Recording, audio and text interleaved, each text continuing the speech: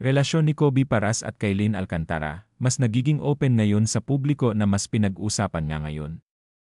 Sa isang interview sa kanila, hindi naman kinumpirma ng dalawa kung sila nga, ngunit sa kabila ng hindi pagkumpirma ni Kobe Paras at Kailin Alcantara mas nagiging klaro ito sa mga netizens na sila nga, at ayaw lang nila itong aminin.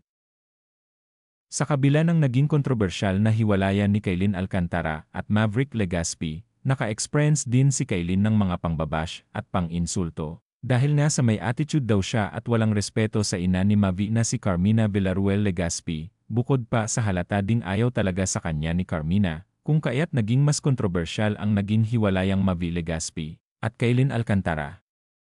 Sa kasalukuyan ngayon ay nagiging issue na naman si Kailin Alcantara na naililink kay Kobe Paras, ngunit sa pagkakataong ito ay mas nagiging klaro ito sa mga fans na sila nga at ayaw lang nilang aminin. Dahil recently nakikita nga silang madalas na magkasama at mas nagiging close ang dalawa sa latest videos and photos ng dalawa na kumakalat ngayon sa social media, not to mention na talagang sobrang sweet talaga ng dalawa ngayon. Ang kanilang estado nga ngayon ay kumpirmado na nga na sila nga, at hindi na maikakaila pa ng dalawa, kahit pa man walang inilalahad na kumpirmasyon galing sa kanila, talagang nakikita ng mga fans na sila ay for real na.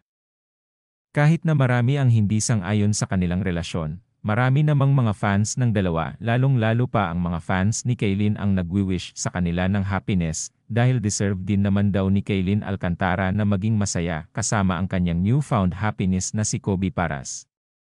Sabi ng nakararami ay sana nga maging masaya si Kailin at alagaan din siya ni Kobe, at matapos na ang mga negatibong issues na ito patungkol sa dalawa.